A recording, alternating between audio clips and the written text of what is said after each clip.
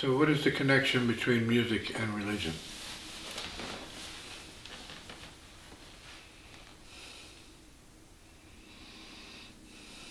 I know for a lot of people it can be just as important as religion, if not more important. Mm-hmm. People treat it as that. Mm-hmm. People look up to musicians, learn from musicians, and take their sound as gospel.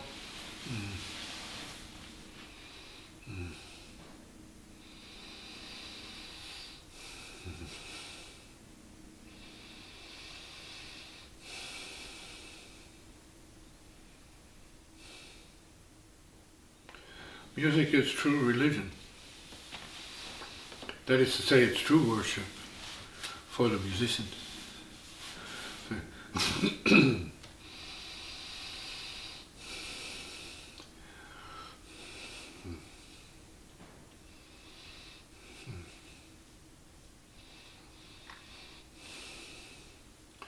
And some would go even as far as saying that, well, then the music itself is God. And that's along the same lines as those who believe that God or the Creator is sound, shouts, spiritual sound.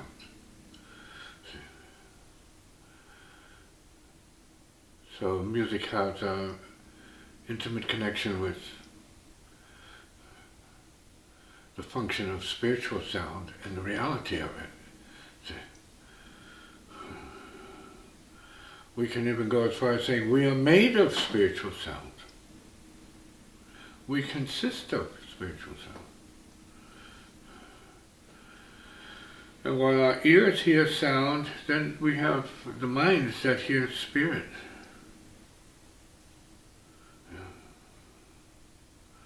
That is, the mind can hear beyond physical sound, because the mind is spiritual sound.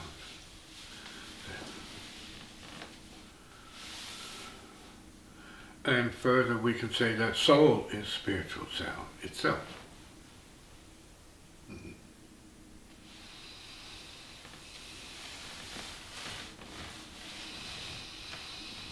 And I recall playing with Pharaoh many times. Pharaoh Sanders, friend of mine, long-term friend.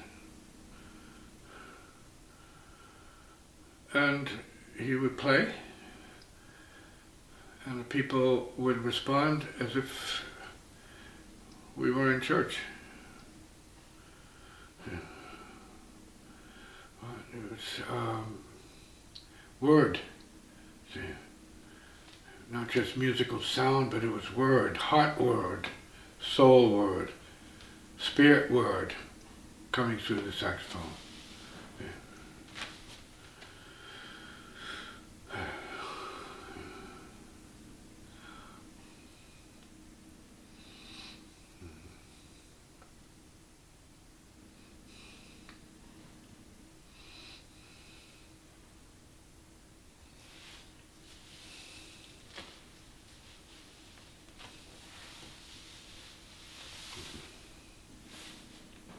Same for Coltrane. Was his music gospel? Was his music word? Was his music sacred? Was his music spiritual? And people who are in the music field wonder about that.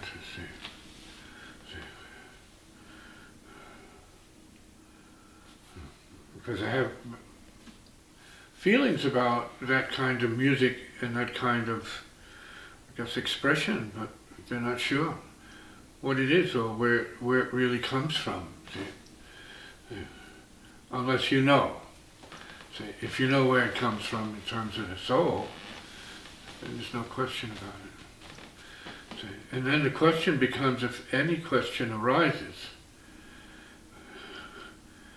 is the person playing from soul, or is the soul playing through the person? And there we have a good consideration for music as either distinct from or as religion itself. See?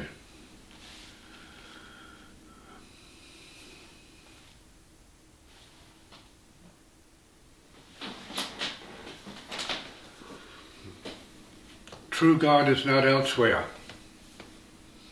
It's not up in the sky. It's not in the earth. See? It's not just, in the elements. See? True God is the breath. It's the heartbeat and the brain wave, if I might use that. See? It is the presence of the ethers, see, and the light itself. And for many, like for the yogis, it's the clear light. It's not just physical light, it's the clear light. That means that which light is made of. Mm-hmm. Or even further, what everything is essentially made of.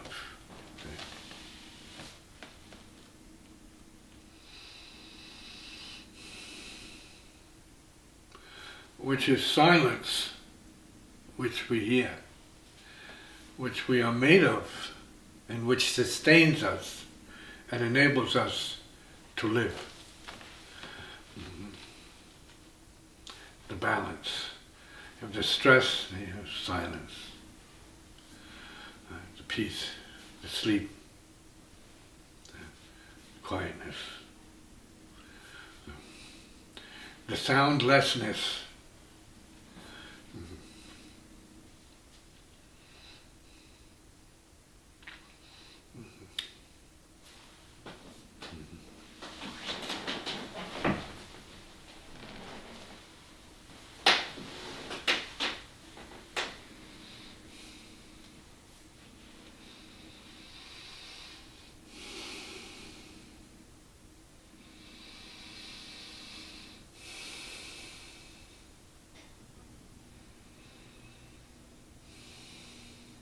So we can say that for the musicians that I know,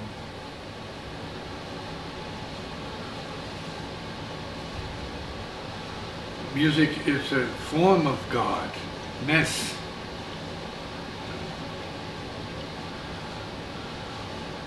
It is an expression of God, yes. That means that song is a manifestation of God. You have religious song, you have church songs. There's a connection between churches and music, choirs.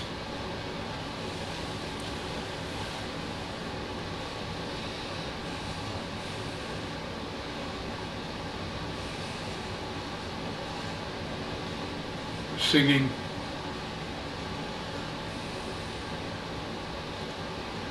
offering praises,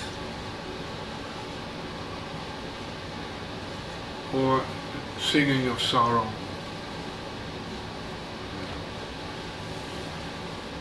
feeling that one needs to confess to God through music, or express.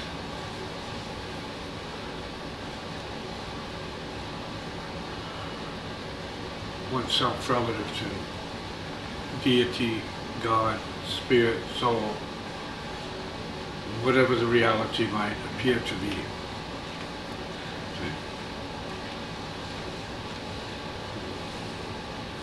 In other words, if God is to be God, then it has to be in everything, not just in your opinion of it. See? It's way beyond your opinion because you manifest God. Your ability to live is due to God, or is part of God as life.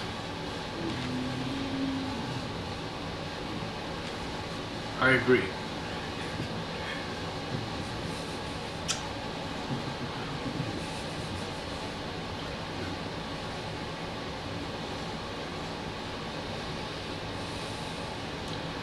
So then music has the power, because it's related to sound, which is related to God, to create or destroy. And it does do both. See?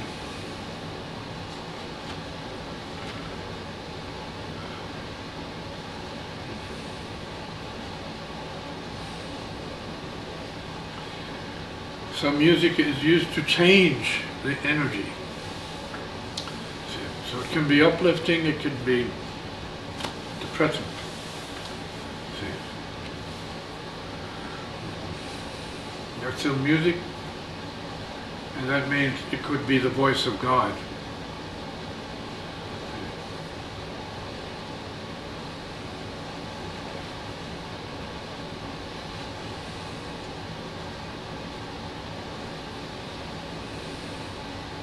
And that depends on what you're willing to hear in music or know that word is telling you, see, in the musical form. What does it say? What's the blues say?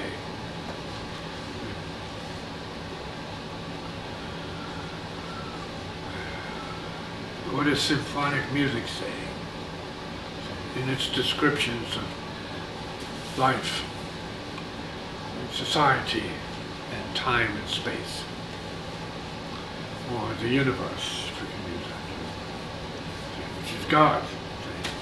Can't not be God. Is there a universe without God? Is there a universe without music?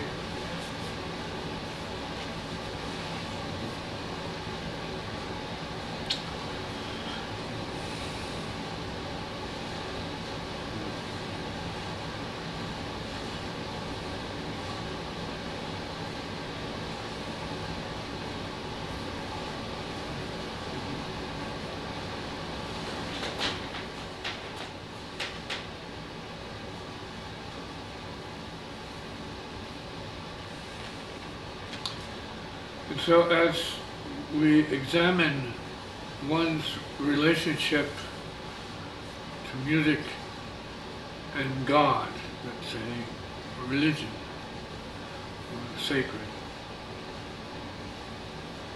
we have to be responsible for what we sing, what we dance, because it could mean up or down, in or out,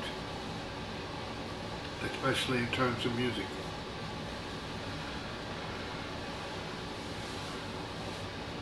You can be made whole through music and song and dance.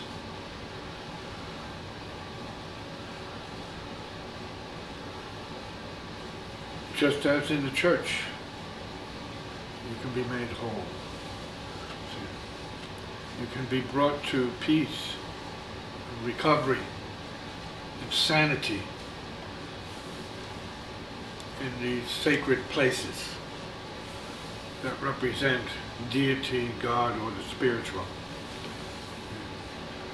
From before, from now, and from the future.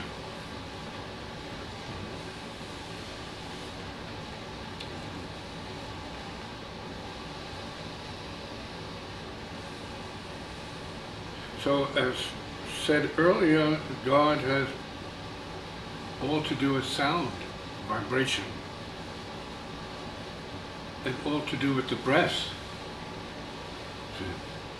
breathing and living.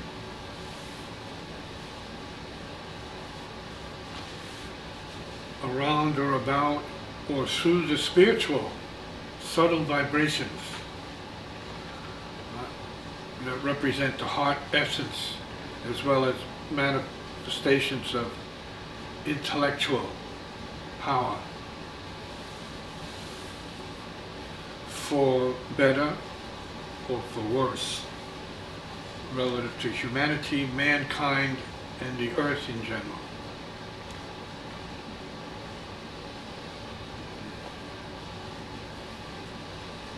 When we play, who do we play to? Why? What for? To gain what or to lose what in the process.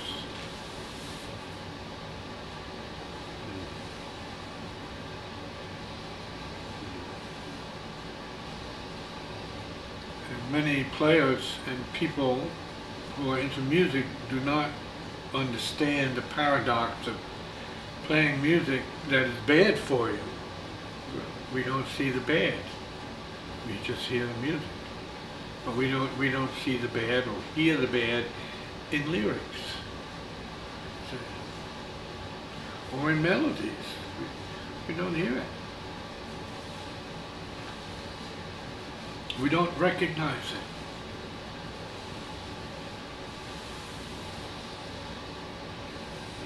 It's not simply stated enough for people. But certain chords, certain melodies are not productive of happiness. Deliberately not, because some melodies and songs are about the worst in human nature. See?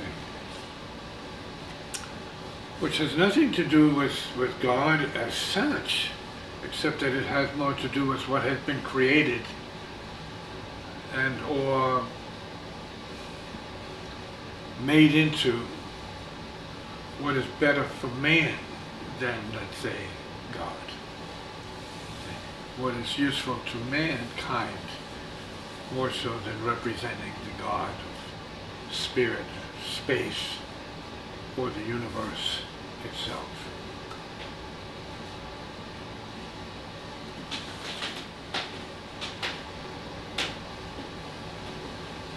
Relative to music and sound,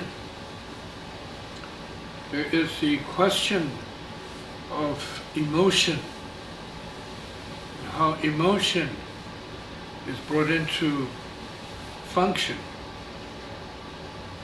to improve or destroy the mind, body, and soul of humans.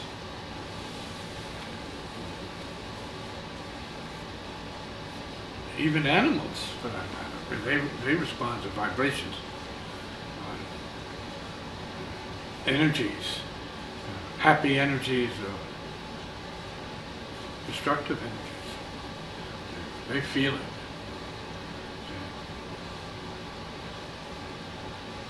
Often the animals run away from people. And not only attack people, but they run away from people.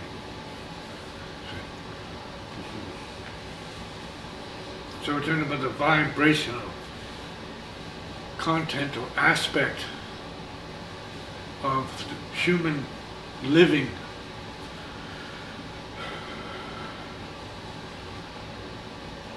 That can make it better for oneself or worse, depending on how emotion, and that would be also unconscious emotion, is being used for or against goodness and or happiness in this time and space.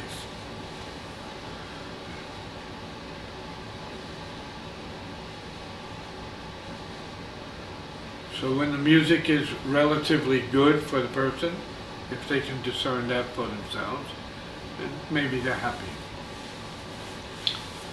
We don't know for sure. Music is relative. Opinions are relative. Tastes in music are relative.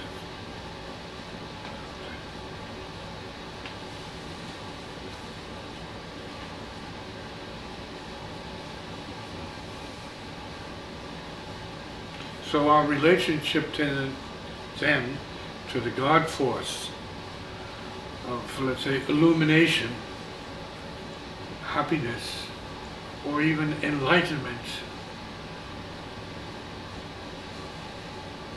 plays a powerful part, function in our living or dying. Relative to sound, relative to life, force, relative to emotion, what one's emotions are doing for the individual, where such emotions come from, what such emotions are in terms of darkness and light, where emotions come from relative to people, and not only sources of information between beings, I mean the media,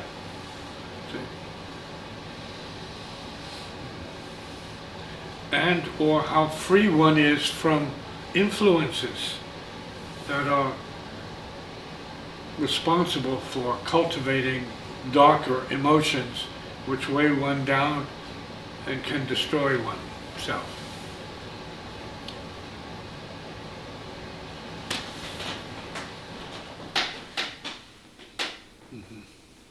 So emotion is the force of life. It has a significant function in commanding power. So you can be angry, you can be happy, but they're two different emotions. You can be indifferent, or you can be very different. In your feelings, emotions, feelings, expression, happiness or unhappiness.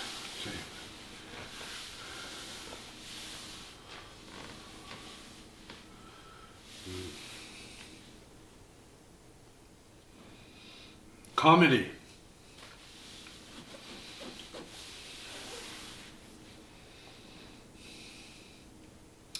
Or tragedy. And then those qualities or aspects of experience control the person.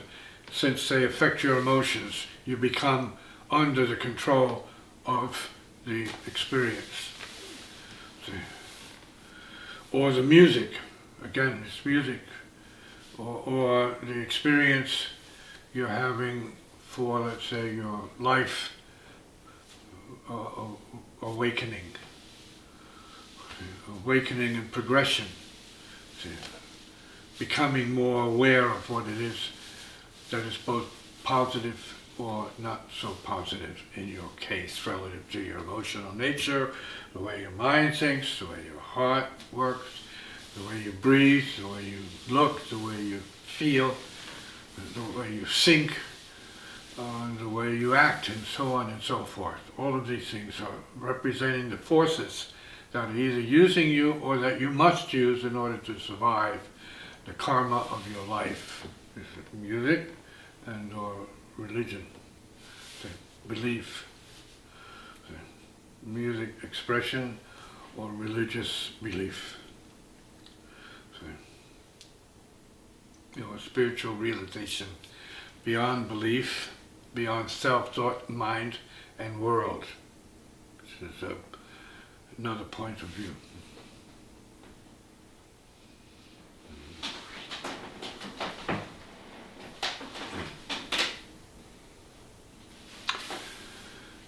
Sadly, most people don't know what kind of music they should listen to. Should they listen to what they like? Maybe, maybe not. What does they like? What do they like?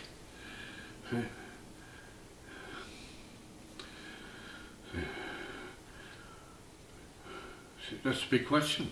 What does one like?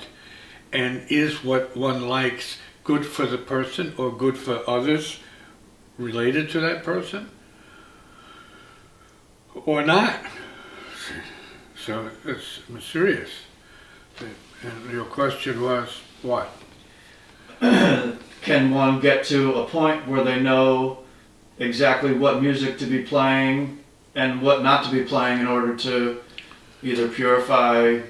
They could know or they could not know. See, who's to say? Who knows, rather, whether or not a happy piece of music is good for oneself, or a sad piece of music is bad for oneself. See, that's it. See, who knows? What are the conditions that govern, right, these very powerful experiences relative to music and or spirit and other mysterious things related to what emotions and the mind and the history of the person is and what their experience is, high and low, and relative to, you know, their bloodline, or relative to, let's say, their spiritual life, and or, let's say, their spirits, family spirits, which have a lot to do with what we are speaking about. Sometimes the family spirits will stand in the way or obstruct the individual from moving in a certain direction, or they can do the opposite and guide a person. See, how does one know what it is in their case? See, so it's a matter of looking into oneself to see if they are doing the right thing for themselves or for others. See. And then when is one doing the right thing for? Now we're going to use this concept of the God. See, what does the God want you to do? Be good, not good. Be happy, not happy. Right? Is there a single sort of thing it may want you to do, or is it everything that it wants you to do?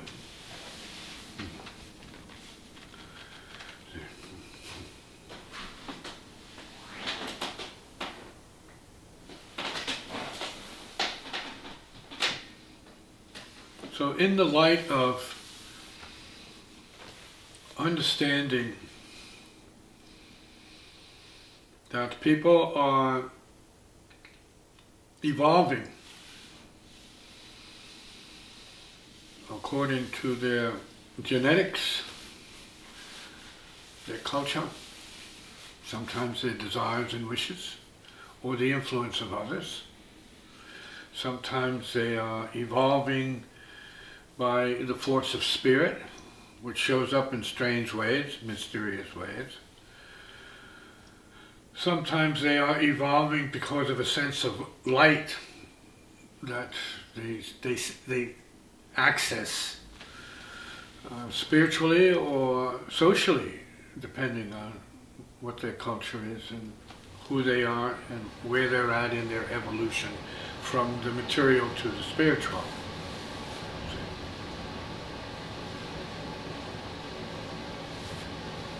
So it's like saying, well, what does God want you to do?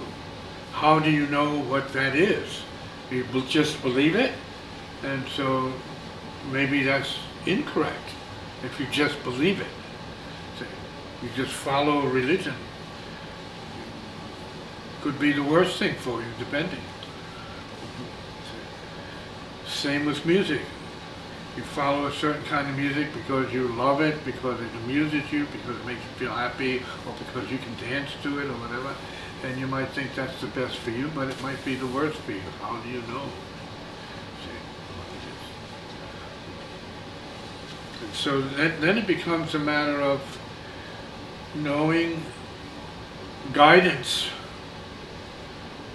and direction from elders, if you have the fortune to be in the presence of who you would determine to be an elder, one who is grounded in wisdom beyond a doubt.